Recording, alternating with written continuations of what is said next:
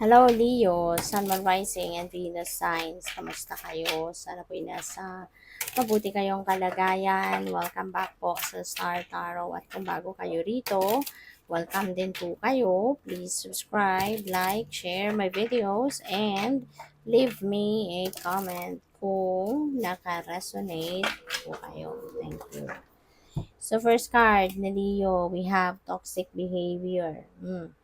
Maaari you are dealing with someone no, na very toxic ang behavior, very controlling, very manipulative, pwedeng ganon, or obsessed. No? Obsessed siguro to sa'yo. No? Pwedeng ganon din ang ganap dito. Or po pwede rin, it's the other way around, Leo. Maaring ikaw ito na very controlling, very manipulative, or ikaw yung obsessed sa kung sino man or kung anumang bagay. Okay? So, depende yan sa inyong sitwasyon. So, happily ever after. Wow, so napakaganda nito. Kasi kung sino man ang kasama mo ngayon sa buhay, maaaring siya na talaga ang makakasama mo for life. You know, magiging masaya ka, magiging masaya kayo, nabubuo ng pamilya. So, yun, maaaring ito na yung inyong ito na yung inyong fairy tale, diba? Coming to life na love life. So, good for you. So, tingnan natin, ano pa ang ganap. And maraming salamat muna for subscribing. And if you haven't subscribed yet, subscribe na kayo. And also, maraming salamat din for not skipping the ads. Malaking bagay yan sa akin. And also, please click the join button sa baba ng video kung gusto niyo na mag-join kayo sa membership. Okay? Salamat po. So, what else? We have celebrate your wins. Wow! May mga tagumpay, may mga successes kayo na makakamit, no? In the first half of August. O pwedeng panalo ito sa kunyari Game of Chance. Baka mananalo na kayo sa loto, sa raffle, mga ganyan. Kaya you deserve to celebrate. O pwede rin naman na successes ito sa mga ginagawa ninyo. May project kayong ginagawa, kunyari, may task na binigay sa'yo sa trabaho. And maybe you are going to finish that up, no? Mapagtatagumpayan mo siya with flying colors. Kaya that is going to be a big win para sa'yo. And you deserve to celebrate that. So, what else? We have lead your metamorphosis. Ayan. So, meron kang mga gustong baguhin sa buhay mo, go for it. Okay? Kung ano man yan, mga gusto mong changes na mangyari, sige, gawin mo na yan. Diba? Kasi, ah, nilagay din yan ng divine universe sa isip mo, yung idea na yan, ng pagbabago. So, go for it because maybe that is what you really need to do right now para mabago ang takbo ng buhay ninyo. Okay? So, kung ano man yan na gusto ninyong baguhin, kung nagra-resonate yung message na to sa'yo, then you know pretty much kung anong area of life yan na kailangan mo ng bigyan ng bagong bihis or bagong mukha sa ngayon.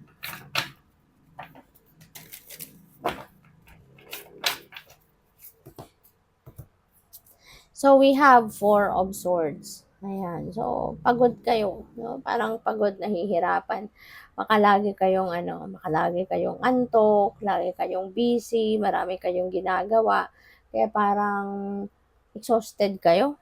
No? Maaaring stressed out din kayo. Physically, mentally, emotionally, ganyan. So, give yourself time to breathe. Okay? Give yourself time to breathe. Kailangan mo din na ma-break, no, yung kapaguran na to. Kailangan mo din na magkaroon ka ng panahon na, makapag-unwind ka. Okay? Deserve mo din naman yan. Kailangan natin paminsan-minsan ng break. So, we have the 7 of Wands. Ayan. So, alam mo, maraming naiinggit sa'yo, no? Maraming mga taong hindi natutuwa sa sitwasyon mo. Kasi, maaring kung ano ang meron ka. Marami din tao na nakatingin sa'yo na gusto nila kung ano ang meron ka. Gusto nila yung nangyayari sa buhay mo. Kaya, kinaiinggitan ka. Kaya may mga tao na parang gusto kang siraan, gusto kang i-take down, no? kinatatayuan mo, gusto kang alisin sa kinalalagyan mo. Kasi they want, no? They want what you have. Pero yun nga, wala silang ganon. Kaya yun, parang gusto ka nilang siraan, gusto ka nilang pabagsakin, yung mga ganon. So, ingat na lang kayo. Pagdasal mo na lang ang mga taong yan. Kasi alam mo na, 'di ba? Ganun talaga. Kapag hitik na hitik daw ang puno ng bunga, talagang binabato yan. Kaya ingat na lang kayo. Wag na lang kayong masyadong magchichika, 'di ba, sa mga taong 'yon. Anong tawag dito, distance yourself from those kind of people kasi negative energy ang mga 'yon, 'di ba? So, wag na nating hayaang dumikit yung negativity sa atin para hindi tayo manega.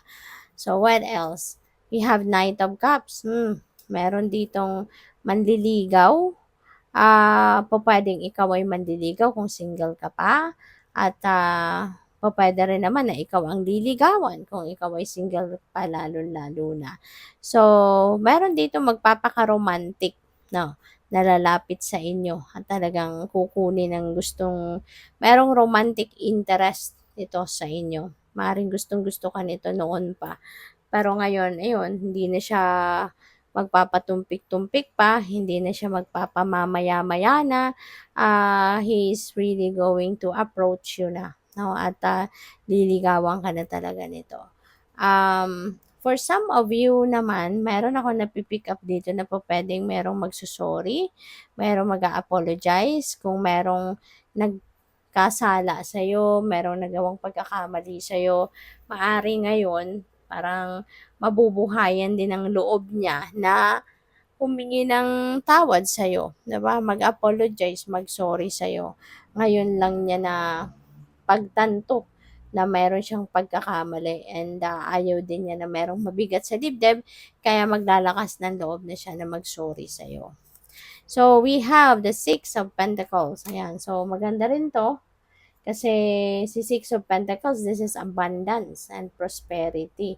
So, merong windfall of money na pwedeng dumating sa'yo. 'Di ba? Meron tayong celebrate your wins. So, pwede, no? Na meron kang panalo talaga na meron kang mapapanalunan. Ganon, no? Na merong pera.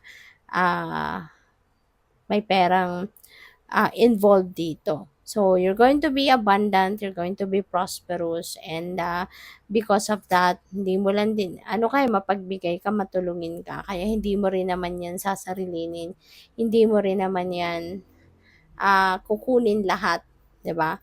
You are for sure going to share your blessings with other people. Okay? So, good luck sa'yo.